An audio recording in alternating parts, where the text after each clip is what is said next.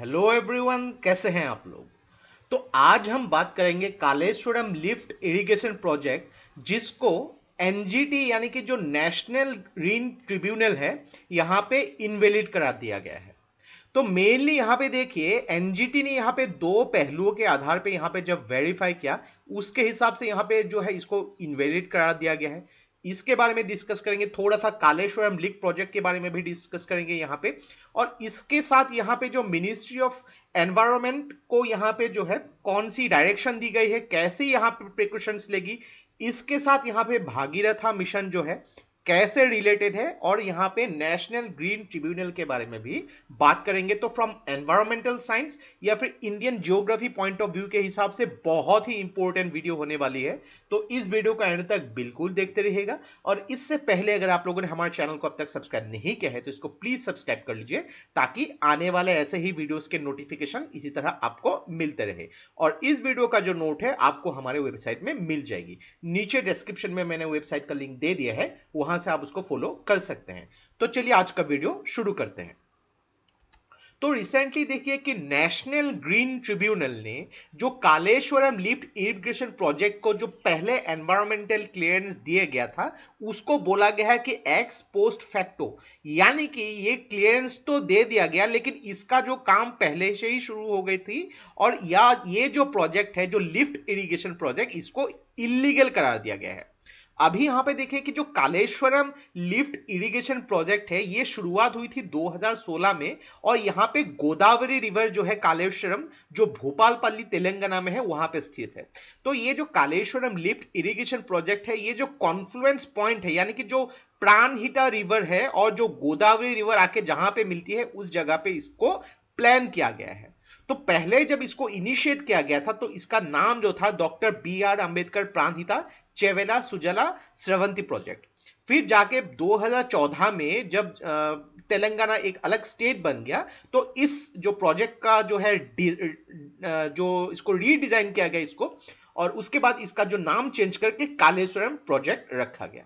तो अगर मैप में देखेंगे, ये देखिए ये तेलंगाना का मैप है, तो आप यहां से देख सकते हैं कि जो गोदावरी रिवर है यहां से ऐसे होके यहां जा रही है, और इसी जगह से जो है यहां पे प्राणहिता रिवर आ रही है। जो कॉन्फ्लुएंस पॉइंट है, लगभग इस जगह पे इसका कॉन्फ्लुएंस पॉइंट है। तो इस मैप में आप देख सकते हैं लगभग इसी जगह पे जो है कालेश्वरम लिक प्रोजेक्ट का जो यहाँ पे जो है इसको स्टार्ट किया गया। तो ऐसे छोटे छोटे बातें आपको पूछा जा सकता है। तो ये महाराष्ट्र के साथ जो बॉर्डर है तेलंगाना का, इस साइड में जो north eastern part of Telangana में ये जो प्रोजेक्ट स्थित है, तो थोड़ा सा आपको यहाँ पे आइडिया मिल गया होगा कि कहां पे ये जो है प्रोजेक्ट स्थित है।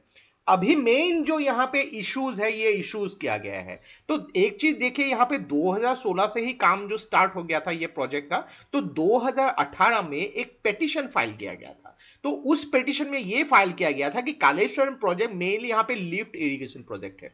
अभी लिफ्ट इरिगेशन प्रोजेक्ट ये कैसा है कि नॉर्मली जो ये हाइड्रोलिक प्रोजेक्ट होते हैं, ये ग्रेविटी के हिसाब से जो पानी को छोड़ा जाता है, और उससे जो है यहाँ पे अलग अलग जो प्रोजेक्ट यहाँ से निकाले जाते हैं। लेकिन लिफ्ट इरिगेशन प्रोजेक्ट एक ऐसा प्रोजेक्ट है जहां पे पानी को आर्टिफिशियल प्रोसेस के जरिए, यानी कि पंप हो गई यहाँ पे, इलेक्ट्रिक पंप्स के जरिए इसको जो है लिफ्ट किया जाता है। तो ये हो गई लिफ्ट इरिगेशन प्रोजेक्ट। तो इसमें तेलंगाना की गवर्नमेंट ने इस पेटिशन के डिफेंस में ये कहा कि ये जो project is not a lift irrigation project, लेकिन ये ड्रिंकिंग वाटर सप्लाई के लिए ये जो है गलत बातें कहा है, ये मेंशन किया गया है।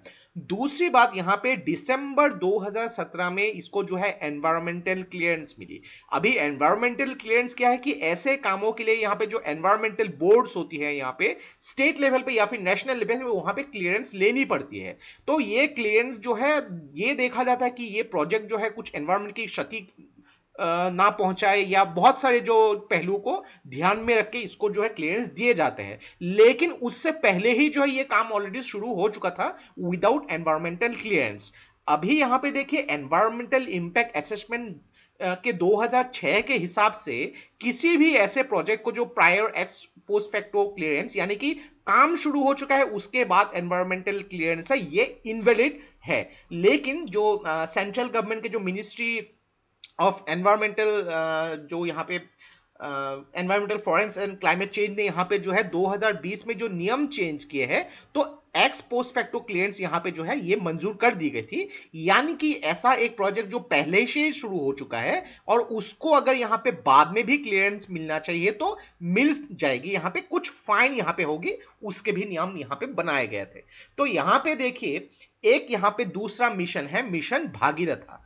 अभी यहां पे जो कालेश्वरम प्रोजेक्ट में क्या किया कि मिशन भागीरथा प्रोजेक्ट को भी इंक्लूड कर दिया और उसमें जो है यहां पे उसकी कैपेसिटी भी बढ़ा दी। अभी कैपेसिटी कैसे बढ़ा दी, पहले इसमें जो है 2 टीएमसी यानी कि जो 1000 मिलियन क्यूबिक जो है पानी जो है इससे जो इसकी जो कैपेसिटी थी इसको बढ़ा के 3 टीएमसी कर दिया गया और उसके साथ मिशन भागीरथा को भी इंक्लूड कर दिया गया, जो यहां पे हैदराबाद जो तेलंगाना का कैपिटल है और अलग अलग जो तेलंगाना का विलेज में ड्रिंकिंग वाटर प्रोवाइड करने की बात हो रही थी। लेकिन ये जो प्रोजेक्ट चेंज किया गया उसके बारे में कुछ भी एनवायरमेंटल क्लियरेंस जो है ग्रांट नहीं किए गए हैं।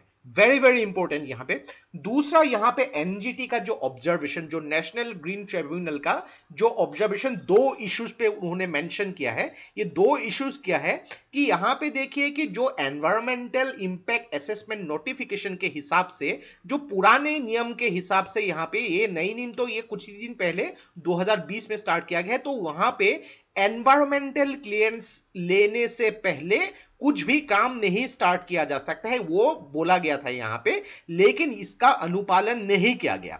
दूसरा पॉइंट यहां पे बोला गया कि यहां पे कालेश्वरम लिफ्ट इरिगेशन प्रोजेक्ट का जो प्रोजेक्ट कॉन्ट्रैक्टर है एलएनटी, यानी कि जो यहां पे प्रोजेक्ट को संभाल रही है, तो यहां पे इस प्रोजेक्ट को कंप्लीट करने के लिए बहुत ही huge area of forest land को यहां पे क्लीन करना पड़ रहा है। तो इसके बहुत सारे कारण है, यहाँ पे जो एम्प्लॉइज के लिए क्वार्टर बनानी है, बहुत सारी जगह यहाँ पे क्लीन एरिया चाहिए। अभी देखिए यहाँ पे ये जो अगर फॉरेस्ट क्लियरेंस बहुत ज्यादा तादाद में की जाएगी तो उससे क्या होगा, इकोलॉजिकल बैलेंस यहाँ पे बिगड़ जाएगी, एनवायरमेंट पे उसका इफेक्ट पड़ेगा। लेकिन उसके लिए क्या होनी चाहिए, according to forest conservation act 1980 के हिसाब से यहाँ पे क्लियरेंस मिलनी चाहिए। अगर विदाउट क्लियरेंस यहां पे ऐसे काम स्टार्ट किया गया तो ये इलीगल करार दिया जाएगा। ये फॉरेस्ट कंजर्वेशन एक्ट 1980 में मेंशन है। तो ये जो दो पहलू है, ये दो पहलू में कालेश्वरम लिफ्ट इरिगेशन प्रोजेक्ट बिल्कुल ही खड़ी नहीं उतर पा रही है यहां पे। तो मेनली यहां पे जो नेशनल ग्रीन ट्रिब्यूनल ने जो तेलंगाना के गवर्नमेंट को यहां पे बोला है कि जो फाइनल फॉरेस्ट क्लियरेंस वो जब तक ना मिले तब तक कुछ भी ऐसे प्रोजेक्ट के काम को बंद रखे, एक्सेप्ट जो ड्रिंकिंग वाटर है उसका काम उन लोग कर सकते हैं तेलंगाना की गवर्नमेंट, लेकिन बाकी सब जो है मल्टीपर्पज प्रोजेक्ट, बाकी सब कुछ इरिगेशन से रिलेटेड काम यहां पे बंद रखनी होगी। और यहां पे नेशनल ग्रीन ट्रिब्यूनल ने जो मिनिस्ट्री ऑफ एनवायरमेंट को भी यहां पे कहा है कि यहां पे पूरी जो मैटर को यहां पे ध्यान से देखे। और ministry of environment forest and climate change ने यहां पे 7 मेंबर की एक जो यहां पे बेंच बनाई है, तो पूरी जो सिस्टम को यहां पे विद इन 1 मंथ उसको देखेगी, उसके ऊपर विचार करेगी अलग अलग एक्सपर्ट्स के द्वारा, और इसका जो एक्सरसाइज विद इन 6 मंथ्स यहां पे रेडी हो जाएगी, ये बात बोली है। तो इसका जो फाइनल रिजल्ट क्या होगा उसके लिए हम लोग को कुछ दिन और इंतजार करना पड़ेगा। तो इसी के साथ हम लोग थोड़ा सा डिस्कस कर लेते हैं कि मिशन भागीरथा क्या है। तो मिशन भागीरथा क्या है कि तेलंगाना के जो स्टेट है यहां पे हर विलेजेस में हो या फिर सिटीज में, उनके घरों में जो प्योर ड्रिंकिंग सेफ जो पाइप वाटर ये मिलनी चाहिए, ये बात कही गई थी। तो लगभग जो अर्बन एरियाज में 2.32 करोड़ लोग जो है उनको पानी, पीने का पानी, पाइप ड्रिंकिंग वाटर, और गांव के जो रूरल एरियाज में 60 लाख लोगों को पाइप ड्रिंकिंग वाटर मिलना था, ये बोला गया था। तो इस जो वाटर का जो सोर्स कलेक्ट किया जाएगा रिवर गोदावरी और रिवर कृष्णा से। अभी कालेश्वरम मल्टीपर्पज प्रोजेक्ट के साथ मिशन भागीरथा को भी इंक्लूड कर दिया गया, तो इसके बारे में भी एनजीटी ने यहां पे सवाल उठाए हैं। तो आप लोग यहां पे देख रहे हैं कि नेशनल ग्रीन ट्रिब्यूनल यानी कि एनजीटी के बारे में बार बार मैं बोल रहा हूं, लेकिन इसके बारे में डिस्कस नहीं कर रहा, तो इसके बारे में भी डिस्कस करना बहुत ही इंपॉर्टेंट है। तो एनजीटी यानी कि जो नेशनल ग्रीन ट्रिब्यूनल, इसकी जो स्थापना हुई थी अक्टूबर 2010 में, जो एनजीटी एक्ट यानी कि नेशनल ग्रीन ट्राइब्यूनल एक्ट 2010 के हिसाब से। तो ये एक स्पेशलिस्ट बॉडी है, कोई भी एनवायरमेंटल रिलेटेड डिस्प्यूट्स हो गई, मल्टी डिसिप्लिनरी इश्यूज हो गई, उसको यहां पे जो है कंसीडर किया जाता है, अलग अलग एक्सपर्ट्स के द्वारा यहां पे विचार की जाती है, फिर राय दिया जाता है कि ये जायज है या नहीं। तो यहां पे पुराना जो नेशनल एनवायरमेंटल अपीलेट अथॉरिटी है उसको चेंज करके नेशनल ग्रीन ट्रिब्यूनल जो है सामने आई थी। और पूरे दुनिया में सिर्फ दो ही कंट्री ऐसी है, ऑस्ट्रेलिया और दूसरी न्यूजीलैंड, जहां पे एक स्पेशलाइज्ड जो है एनवायरमेंटल ट्रिब्यूनल है। अभी इंडिया तीसरी नंबर पे आ गई यहां पे।